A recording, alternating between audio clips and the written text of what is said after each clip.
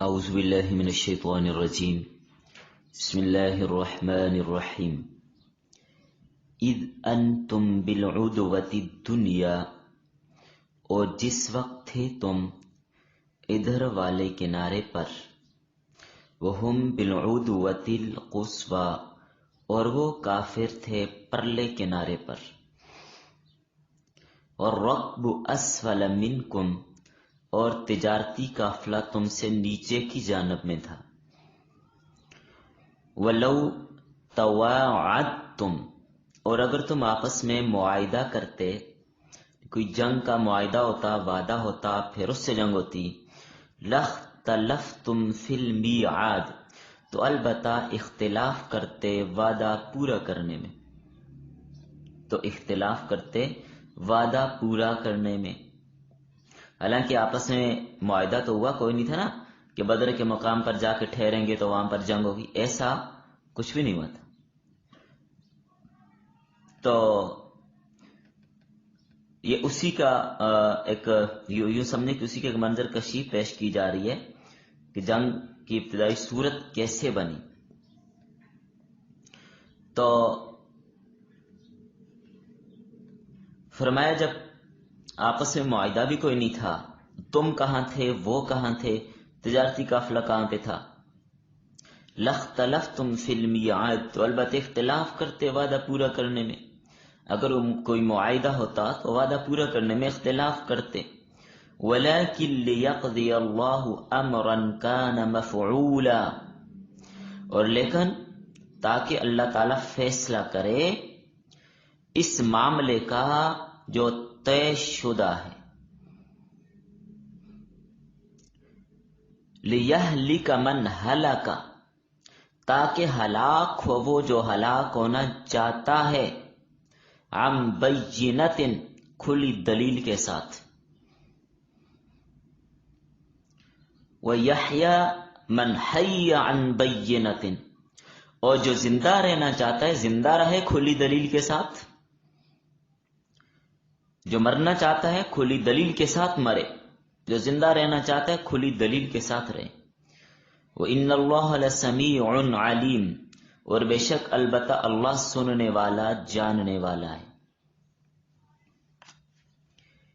اِذْ يُرِيكَهُمُ اللَّهُ فِي مَنَامِكَ قَلِيلًا، جس وقت اللہ تعالیٰ دکھاتا تھا آپ کو، فی منامک، آپ کی خواب میں، قلیلا، کافروں کی تعداد تھوڑی، ولو اراکہم کثیرا، اور اگر اللہ تعالیٰ دکھاتا وہ کافر آپ کو زیادہ، لفشلتم، البتہ لفشلتم، تو بزدلی آ جاتی۔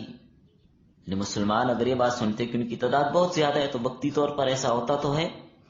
وَلَتَنَازَعْتُمْ فِي الْأَمْرِ، اور البتہ تم جھگڑا کرتے معاملے میں کہ ہم لڑائی کریں یا نہ کریں، اس میں بحث مباحثہ شروع ہو جاتا۔ وَلَكِنَّ اللَّهَ سَلَّمَ، اور لیکن اللہ تعالیٰ نے سلامتی میں رکھا۔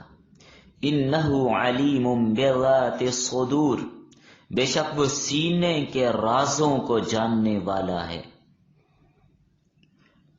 وَإِذْ يُرِيكُمُوهُمْ، اور تم کو دکھائی وہ فوج، تمہیں دکھائی وہ فوج، اِذِ الْتَقَيْتُمْ فِي أَعْيُنِكُمْ قَلِيلًا، جب تم آمنے سامنے ہوئے تمہاری آنکھوں میں تھوڑی، جب فوج سامنے آئی تو وہ بھی تھوڑی دکھائی دی گئی۔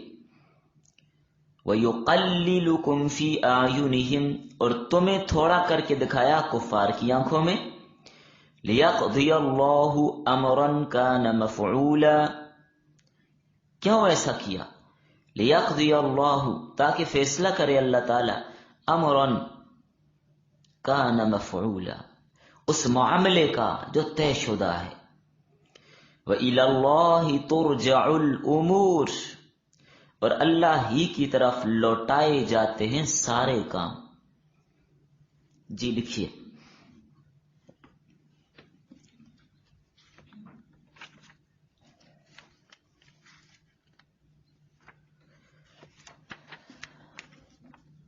تو سورہ انفال کا درس نمبر 10.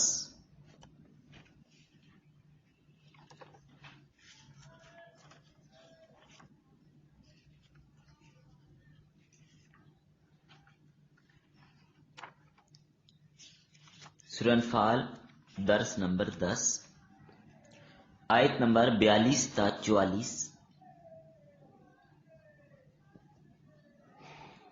عنوان ہے سبق کا انعامات در غزوہ بدر.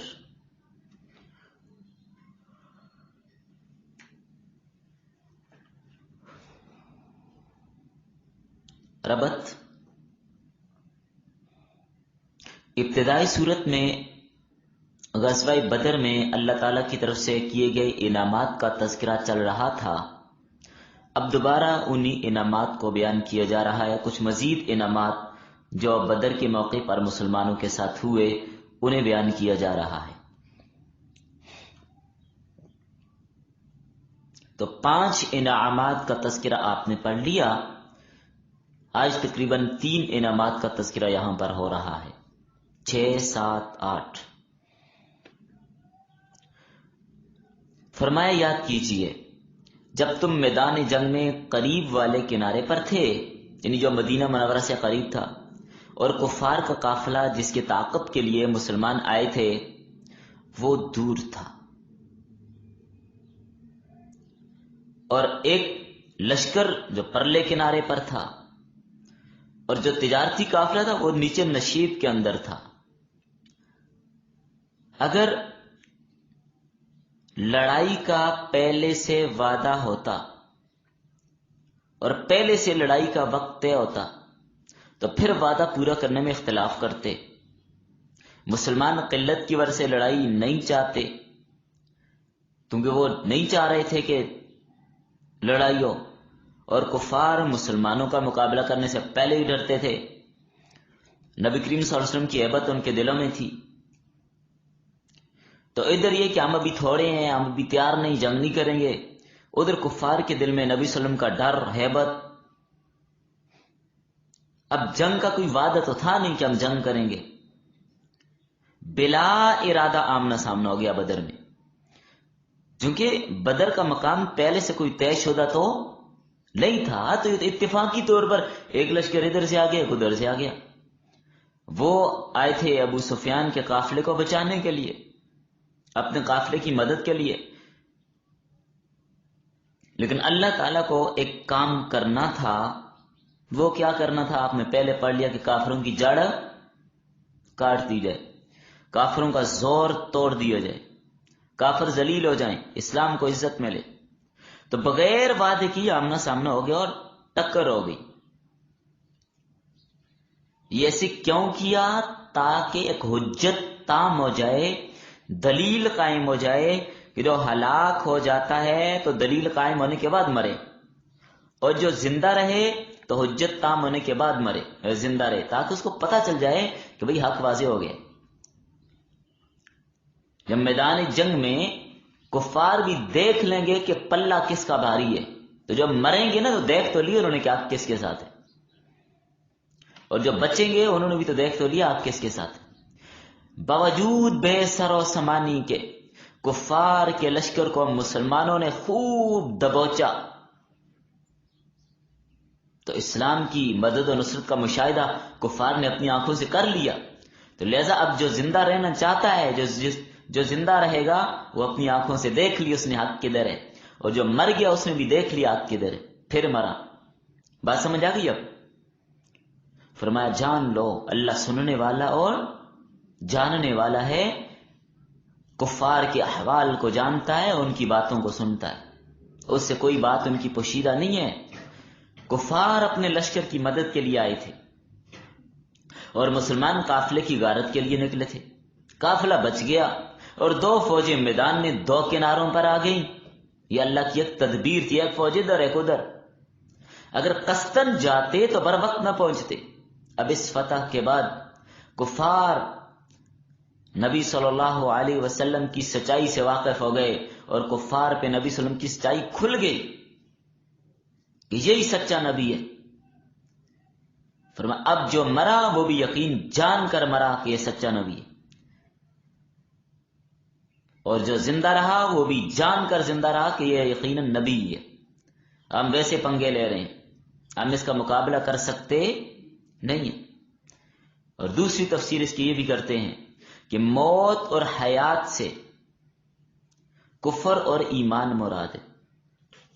یہاں پر موت اور حیات سے کفر، اور موت سے کفر، حیات سے ایمان. اب جو ایمان لائے یا جو کفر کرے تو کافر کا کفر اور مومن کا ایمان حق واضح ہونے کے بعد اور عبرت دیکھنے کے بعد ہوگا. یعنی اب آج کے بعد، جنگ بدر کے بعد جو بھی کافر ہے اور کفر پر ہی ہے تو اب اس کا کفر پر رہنا کیا ہے؟ حق واضح ہونے کے بعد کفر پر رہا ہوا ہے نا. اب یہ تو نہیں کہہ سکتا کہ میرے پاس حق نہیں آیا تھا. اور جو مومن ہے تو حق واضح ہونے کے بعد مومن ہے. بات سمجھ آ گئی آپ کو؟ کیونکہ انہوں نے بڑا ناز اور گمنڈ تھا، کثرت تعداد اور قوت پر بڑا غرور تھا، اسلحہ کی ان کے پاس کثرت تھی، سارا عرب ان کے ساتھ تھا. تو اس طرف صرف 313 لوگ لڑائی کے قابل بھی نہیں تھے. اگرچہ اللہ تعالیٰ نے ان کے اندر ہمت دی، لیکن ان میں بعض چھوٹی عمر والے کمزور کوئی کس طرح کے، لیکن اللہ تعالیٰ نے ان سے ایسا کام لیا نا، کیسا کام لیا. اور فرمایا وَيَحْيَا مَنْ حَيَّ عَنْ بَيِّنَةٍ، جو زندہ رہنا چاہتے ہیں زندہ رہے کھلی دلیل کے ساتھ. کھلی دلیل کیا؟ 8 تلواروں کو اللہ نے 1000 تلوار پر غلبہ دے دیا. یہی کھلی دلیل ہے. بات سمجھ آ گئی؟ اور فرمایا اے نبی صلی اللہ علیہ وسلم وہ انعام بھی یاد کیجئے جب اللہ نے آپ کے اللہ اکبر خواب میں کفار کو کم کر کے دکھایا. کتنا بڑا انعام ہے. یعنی واقع بدر سے پہلے نبی صلی اللہ علیہ وسلم نے خواب دیکھا تھا. غزوہ بدر سے چند دن قبل آپ نے ایک خواب دیکھا کہ ہمارا کافروں سے مقابلہ ہو رہا ہے، ہماری تعداد زیادہ ہے اور ان کی تعداد کم ہے. یہ خواب آپ نے صحابہ سے بیان کیا، جس سے مسلمانوں کی ہمت بڑھ گئی. صحابہ بڑے خوش ہوئے. حالانکہ ظاہری طور پر کیا تھا؟ برعکس تھا کہ نہیں تھا؟ ظاہری طور پر کافروں کی تعداد کیا تھی؟ زیادہ تھی. لیکن اللہ تعالیٰ نے خواب میں کافروں کی تعداد کم کر کے دکھائی. کافر کم ہے اور مسلمان زیادہ ہیں. کافر کم ہے اور مسلمان، تو جب مسلمانوں کو یہ خواب بتایا گیا بڑے خوش ہوئے کہ یہ ہم زیادہ ہیں وہ کم ہیں. پھر تو رگڑا لگ گیا نا انہیں. اور یہ خواب سچا ہو بھی گیا. واضح ہو گیا کہ اکثریت کافروں کی بعد میں مسلمان ہو گئی تھی، تو کافر کم رہ گئے، مسلمان زیادہ ہو گئے. اور ویسے بھی خواب جو ہوتے ہیں نا، خواب یہ تعبیر طلب ہوتا ہے. خواب کیا ہوتا ہے؟ اب دیکھیں نبی صلی اللہ علیہ وسلم دیکھتے ہیں کافروں کی تعداد کم ہے، حالانکہ بدر میں تو کافر آئے تھے زیادہ، مسلمان کیا تھے؟ کم. تو نبی کا خواب جس طرح بیداری کی بات ہوتی ہے، خواب کی بات بھی حقیقت ہوتی ہے. امام فخر الدین رازی رحم اللہ لکھتے ہیں خواب کی ایک صورت ہوتی ہے اور ایک حقیقت ہوتی ہے، جس کو تعبیر کہتے ہیں. صورت اور ہوتی ہے، حقیقت اور ہوتی ہے.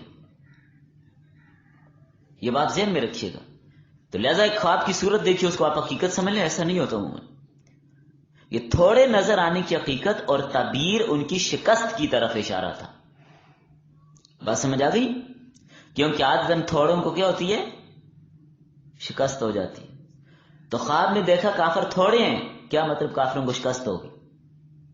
بظاہر نہیں کہ تعداد ہی ان کی تھوڑی آئے گی، تعداد تو پورے 1000 کا لشکر لے کے آئے. آگئی بات سمجھ؟ تو خواب تعبیر طلب ہوتی ہے. مثال کے طور پر اب دیکھیں، کوئی بھی خواب ہو. اب سردیوں کے دن ہے، کوئی آدمی آگ جلا کے آگ سینک رہے، آگ پہ بیٹھا ہے، اچھا خواب ہے. سردیوں میں آگ کی ضرورت ہوتی ہے. سردیوں میں آگ کی ضرورت ہوتی ہے، جسم کو گرمائش پہنچانے کے لیے اچھی بات ہے، ٹھیک ہے. اور اگر گرمیوں میں دیکھے آگ جلا کے سینک رہے تو اب یہ اچھا نہیں ہے، برا خواب ہے، نقصان دہ خواب ہے. اس لیے کہ گرمیوں میں آگ سے بھاگا جاتا ہے. یہ ہوتی ہے خواب کی تعبیر کی ایک ترتیب اور اس کی ایک حقیقت.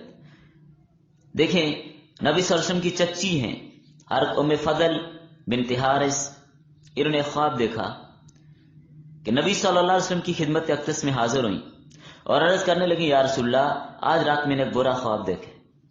آپ نے فرمایا وہ کیا؟ تو انہوں نے فرمایا کہ بہت ہی سخت خواب ہے یا رسول اللہ. آپ فرمانے لگے بتائیں تو ہے کیا؟ حضرت ام فضل نے عرض کیا میں نے خواب میں دیکھا ہے کہ آپ کے جسم مبارک سے گویا ایک ٹکڑا کاٹ کر میری گود میں رکھ دیا گیا. تو بڑا ڈر گئی تھی یہ کہ پتہ نہیں کیا بنے گا، چونکہ ان دنوں میں یہودیوں کی طرف سے بڑے پروپیگنڈے کیے جا رہے تھے. آپ صلی اللہ علیہ وسلم کے خلاف افواہیں پھیلائی جا رہی تھیں، یہودی آپ کو شہید کرنا چاہتے تھے، تو ان کا ذہن اس طرف چلا گیا. لیکن خواب کی صورت اور ہوتی ہے، حقیقت اور ہوتی ہے. تو اب یہاں پہ نبی صلی اللہ علیہ وسلم نے اس خواب کی تعبیر بتائی، فرمایا ماشاءاللہ تو بہت اچھا خواب ہے، انشاءاللہ میری بیٹی فاطمہ کے گھر میں بیٹا پیدا ہوگا جو تیری گود میں کھیلا کرے گا. تو حضرت حسین پیدا ہوگا. بات سمجھ آ گئی آپ کو؟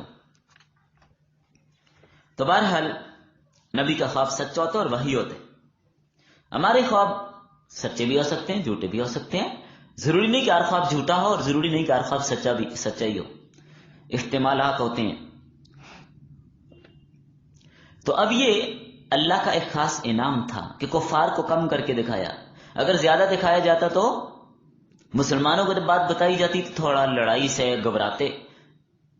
تو اللہ تعالیٰ تو سینے کے راز بھی جاننے والے، ہمت اور سستی سب اس کے سامنے. تو جس طرح نبی کو خواب میں کفار تھوڑے نظر آئے، اب اگلا انعام کیا تھا، اسی طرح مسلمانوں کو میدان جنگ میں بھی تھوڑے نظر آئے. جب جنگ کے میدان میں مسلمان کافروں کے سامنے آئے نا، کافروں کی تعداد تو 1000 تھی، لیکن اب مسلمانوں کی نظر کافروں پر پڑی کہ نہیں تو تھوڑے سے ہی ہیں، تھوڑے دکھائے. اللہ قادر ہے. اور یقیناً ہوا بھی ایسا ہی. اکثریت ان کی بعد میں مسلمان ہو گئی تھی، تھوڑے ہو گئے تھے نا، کافر تھوڑے رہ گئے، مسلمان زیادہ ہو گئے. تو بہرحال نبی برحق کا خواب سچا کر دکھایا اللہ تعالیٰ نے. جب میدان جنگ میں آمنا سامنا ہوا تو حضرت عبداللہ بن مسعود رضی اللہ تعالیٰ نے اپنے پاس والے آدمی سے پوچھنے لگے کہ یہ کافروں کی تعداد کتنی ہوگی؟ شاید 70 لوگ ہوں گے. سمجھ آ گئی؟ حالانکہ کتنے تھے وہ؟ 1000 کا لشکر جرار ہے. حضرت عبداللہ بن مسعود کی نظر جب کافروں کی تعداد پر پڑی تو کیا کہا؟ شاید 70 لوگ ہوں گے. وہ ساتھ والے نے کہا ہاں میرے خیال میں 100 کے قریب ہوں گے. تو یہ ہے، دیکھیں اللہ تعالیٰ نے تھوڑا کر کے دکھایا ان کی تعداد کو. جب مسلمانوں نے دیکھا یہ تو تھوڑے ہیں، شہروں کی طرح ان کو چمٹ گئے. پھر اب دیکھیں نا، بظاہر دیکھا لشکر زیادہ ہے تو گھبراہٹ تو پیدا ہوتی ہے. تو یہ بھی فتح کا ایک سبب بنا کہ اللہ نے کافروں کی تعداد تھوڑی کر کے دکھائی. آگئی سمجھ؟ اور پھر دشمنوں کو بھی، کفار کو بھی مسلمانوں کی تعداد کم کر کے دکھائی. وہ کیوں؟ کہ یہ لڑیں ان سے. دیکھیں بات کو اچھی طرح سمجھ لیجئے گا. پہلے مسلمانوں کی تعداد تھوڑی کر کے اس لیے دکھائی کہ اگر ابتدائی جنگ میں ہی کافروں کو مسلمانوں کی تعداد زیادہ کر کے دکھائی جاتی، کافر جنگ نہ کرتے، اور جو مقصد تھا وہ حاصل نہ ہوتا کہ کافروں کا زور ٹوٹے، کافر جنگ نہ کرتے، ایسے ہی بھاگ جاتے. تو ابتدا میں تاکہ یہ جنگ شروع کریں، ابتدا میں کافروں کو یوں نظر آیا کہ مسلمان ہم سے تھوڑے سے ہیں، اور تھے بھی تھوڑے سے، حقیقتاً مسلمان تھوڑے ہی تھے نا. تو کافروں کو ابتدا میں یوں دکھا کہ مسلمانوں کی تعداد تھوڑی سی ہے، لیکن جب گمسان کی جنگ شروع ہو گئی اب مسلمانوں کی تعداد زیادہ کر کے دکھائی. جیسے آپ نے پہلے پڑھ لیا، اب مسلمانوں کی تعداد زیادہ کر کے دکھائی جب جنگ شروع ہو گئی. اب پھر وہ ان کے اندر بزدلی آتی گئی. اب تو فرشتے بھی اترے نا پھر. تو اب اگر کوئی اعتراض کرے کہ یہ کیا ہوا کہ بھائی پیچھے ہم نے یہ بات پڑھی تھی کہ مسلمانوں کی تعداد ان کو زیادہ دکھائی دی جا رہی تھی، فرشتے بھی اترے، تو یہ کیا ہوا یہاں پر ہے کہ کم کر کے دکھائی. تو دو موقع ہیں، جب جنگ کی ابتدا تھی تو ابتدائی موقع پر مسلمانوں کی تعداد کافروں کو بھی کم کر کے دکھائی. کیوں؟ تاکہ یہ کافر جنگ کے لیے تیار ہو جائیں، آگے بڑھیں، لڑنا شروع کریں، بھاگ نہ جائیں، جو مقصد ہے وہ رہ نہ جائے. کہ اللہ کافروں کی جڑ کاٹنا چاہتے ہیں اور ایسے ہی نہ بھاگ جائیں. تو جب جنگ شروع ہو گئی پھر تعداد زیادہ کر کے دکھائی، پھر ان کے حوصلے ہارنے لگے، پھر 70 گھرے بھی وہاں پر. آ گئی نا بات سمجھ؟ تو اللہ تعالیٰ قادر ہے، وہ کم کو تھوڑا اور تھوڑا کو زیادہ کر کے دکھا سکتا ہے. احول ہوتا ہے نا،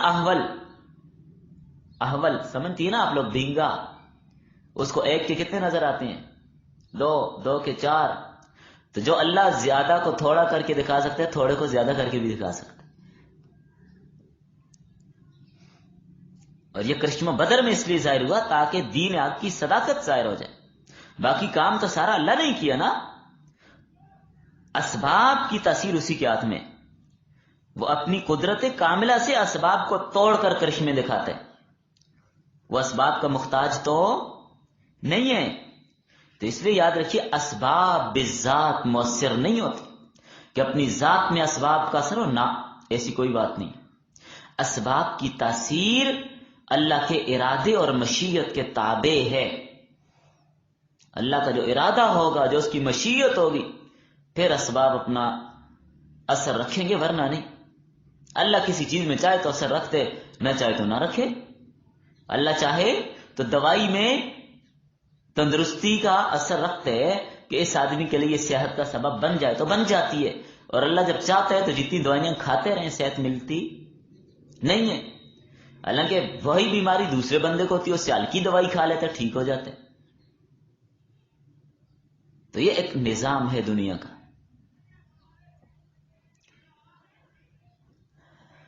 تو ابتداً جنگ میں ابو جہل نے جب مسلمانوں کے لشکر کو دیکھا تو کم کر کے دکھائی تھی نا تعداد ابتدا میں.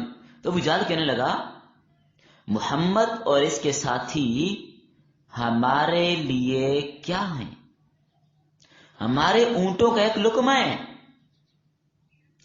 پھر فخر اور گھمنڈ اور غرور میں کہنا کہ چھوڑو، ہمیں ہتھیاروں کے ساتھ، تیر تلواروں کے ساتھ ان کے ساتھ لڑنے کی ضرورت ہی نہیں ہے. ان کو پکڑ کر رسیوں میں باندھ کے اپنے ساتھ مکہ لے جاتے ہیں. شروع میں اس نے یوں کہا تھا، بعد میں پھر کیا ہوا؟ اللہ نے حق کو حق کر دکھایا، باطل کو باطل کر دکھایا. اور جب لڑائی شروع ہوئی پھر مسلمان ڈبل نظر آئے. یرونہم مثلیہم رأی العین. جب یہ منظر دیکھا پھر اب کفر مبعوث ہو گیا. اب ان پر مسلمانوں کا رعب طاری ہو گیا. نبی کریم صلی اللہ علیہ وسلم کی ہیبت بھی تھی، لیکن اب جب انہوں نے دیکھا کہ مسلمانوں کی تعداد زیادہ ہم سے، تو بہرحال آخر میں فرمایا، دیکھیں نا یہاں پر آپ نے یہ بات بھی سمجھ لی کہ اسباب کیا ہے، بذات خود کوئی اثر نہیں رکھتے. وہ جتنے بھی اسباب لے کے آئے تھے کوئی اثر نہ ہوا ان کا.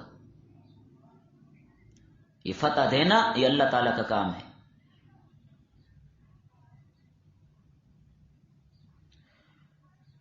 اور پیچھے آپ نے یہ بات بھی پڑھی وما رمیت اذ رمیت ولکن اللہ رما. اور فرمایا وَيُقَلِّلُكُمْ فِي أَعْيُنِهِمْ، اور تم کو تھوڑا کر کے دکھائے ان کی آنکھوں میں. مسلمان تو واقعی تھوڑے تھے. لِيَقْضِيَ اللَّهُ أَمْرًا كَانَ مَفْعُولًا، تاکہ فیصلہ کرے اللہ تعالی اس معاملے کا جو طے شدہ ہے. تو بہرحال اللہ نے فتح دے دی. وَإِلَى اللَّهِ تُرْجَعُ الْأُمُورُ، اور اللہ کی طرف ہی لوٹائے جاتے ہیں سارے کام. وہ ظاہریوں، باطنیوں، روحانیوں، جسمانیوں، تکوینیوں، تشریحوں، سب پر کنٹرول اللہ تعالیٰ کا ہے. چلیں بس.